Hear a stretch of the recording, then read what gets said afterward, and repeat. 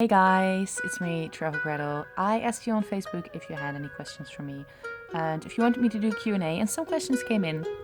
So I thought I'd make a little video of it. I'm just in my bed right now, in my room, going to sleep probably in about half an hour, but first have a little chat with you guys. So thank you for sending me the questions, to all of you who did, and I hope I'm not forgetting anyone. If you have any other questions after watching this video, please leave them in the comments down below, and if you're interested in more videos, you're always welcome to subscribe. So yes, here we go. So the first question is from Tarvo, and he asks, who pays for your travels? Which is a really interesting question. The answer is mostly me, myself. But sometimes I do have press trips. For example, if you watch my Gambia series or Jordan series, some of my Switzerland videos, the ones that I shot in summer, and the Thailand series, those are all press trips. But for example, all my trips to the Philippines were the ones that I paid for myself because I wanted to go there. The China series I did myself. Some destinations in the Netherlands were also press trips. So that's who pays for my travels. Then Joe asks how I keep myself busy if I'm not traveling. Well, when I'm not traveling, I'm actually editing videos, which takes a hell of a lot of time. It takes me I think 2 days to edit one video, 2 full days. Also because I'm a little bit perfectionistic. And many people give me compliments for the music, which I really appreciate, because finding good music for me is really important, because it can really like make or break the video. You know, if you have the right music at the right time, it's like 10 times better. But it's really hard to find Creative Commons music that I can actually use under my videos. So it takes like an insane amount of time. But yeah, so part of the time is editing. I also work as a television host. I used to work in a really amazing program on the Dutch television, but it quit, so that's a bit of a shame. But I really love to do that, and still I do live, how do you say, live events now for that same television station. I'm creating my own company right now together with a friend who is also my colleague. We help other people making better videos. I'm more into YouTube and into hosting. She's really a professional video maker. Like, she makes amazing stuff. She has this like great camera, great skills. She's an amazing girl. So I'm really happy to work with her and to be able to help other people making better videos too, because like video is going to take over big time. I love to do baking also.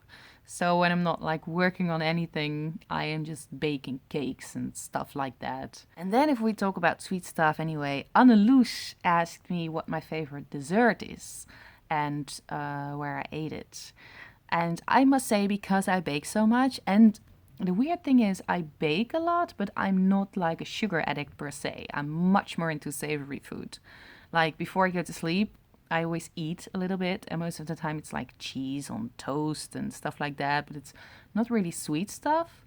And because I bake so much myself, I'm actually pretty picky in sweet stuff, in what I like and what I don't like, because you get easily to a point where you're like, oh, but you know, it could have been a bit better.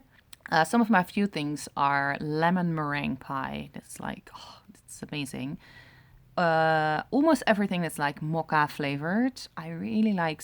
I'm not drinking that much of coffee, but like mocha flavor is one of my favorite flavors in the world.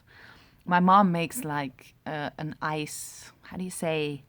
Ice cake kind of thing. That's also mocha flavored with like meringue in there. That's amazing. I used to love that since I was a little kid. But by far the best dessert I've ever eaten is in a bit north of Amsterdam, and it's like in a restaurant that's called Red Chili, and it's amazing. It's in the middle of nowhere next to a big road, but the food they make is like insane, and they have some desserts that are like crazy. I remember one that was in a little bowl, and there was like this little base of gelatin-ish kind of stuff with all kinds of things on there. Like, there was sweet stuff like growing out of there, and there were crumbs and there were nuts and there was all kinds of stuff. It really balanced in flavors.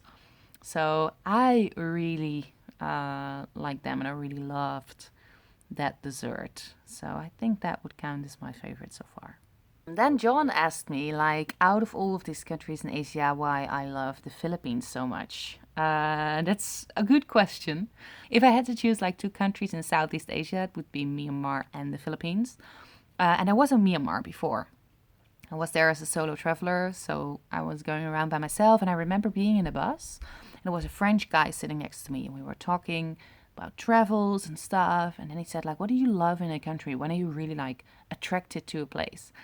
And I said, well, it depends on a few things, but for me, what most important thing is the people. If the people are open, nice, if there is, like, this mutual interest thing, that's what I really, really love, and that makes or breaks a place for me.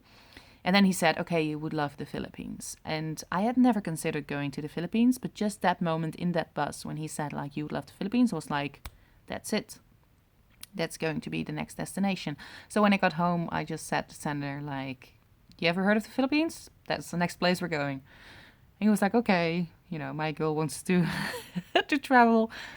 I'm coming. So then we went to the Philippines. I must say the first time we went to the Philippines was like in a special period of my life, because I just had decided to quit theater. I am originally a theater director, so I've worked in theater a lot and switched more into television and filming. And I bought this little camera for I think 200 euros or something like that. Like, it was not that expensive, to film and to start making little videos. No idea where that would end up, but I just thought, like, I go for it. I just put it on YouTube. Sander said, like, oh, you should call it TravelGretl. I was like, sure, why not? When we went in the Philippines, it was like we were in this paradise. The nature is beautiful. The sea is beautiful. The people were as promised. I mean, it was amazing. We had a really good time. And what I also like a lot about the Philippines is that so many people speak English. And not per se for the comfort of it, but more because I like it to understand a country, to understand where people are coming from, why they react in a certain way.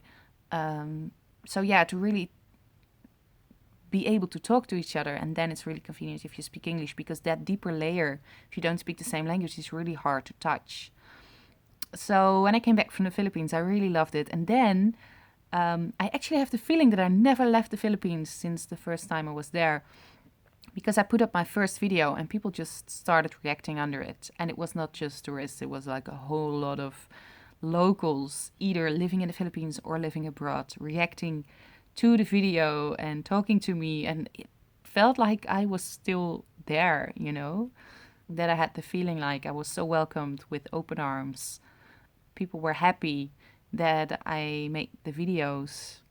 So I really felt also that appreciation. And I feel really honored also if people tell me that they watch the videos when they're overseas workers. So they're somewhere in the Middle East or in America or in Europe. And they say, like, this is a way for me to watch my roots, you know, to see the place where I grew up, to have the feeling that I'm a little bit there again. I feel really honored if people tell me they use the videos for that too. Because if there's one amazing feeling, it's the feeling that you're being at home. So, yeah. And then a little shout out to Matthew, who said, like, I don't have any question for you, but I would like to thank you for inspiring me to travel. And I'm really glad that I do. And he said, I hope you keep on making the videos. Well, no worries. I will be making videos for a long time. The thing is, many people ask me, like, oh, why are you not going daily or upload more times a week? Stuff like that. I would love to do that. If I would be able to provide you with the videos that I'm making right now on a more frequent base, I would absolutely do it. The thing is, as I said, it takes me like 2 days to edit a video and I work. So yeah, I cannot upload more than I am doing right now, or I should choose to make YouTube my core business. I'm sorry to be one of the most unreliable uploaders on YouTube. Maybe a good reason to subscribe and hit that little bell button thing, because then you will have like this little ringling, like, hey, there's a new video. But yeah, I make them with a lot of love, a lot of attention, a lot of like good effort. So I really hope you will keep on enjoying them. Thank you for watching this video. Yeah, and I see you next time. Let me know if you have any more questions. Doeg!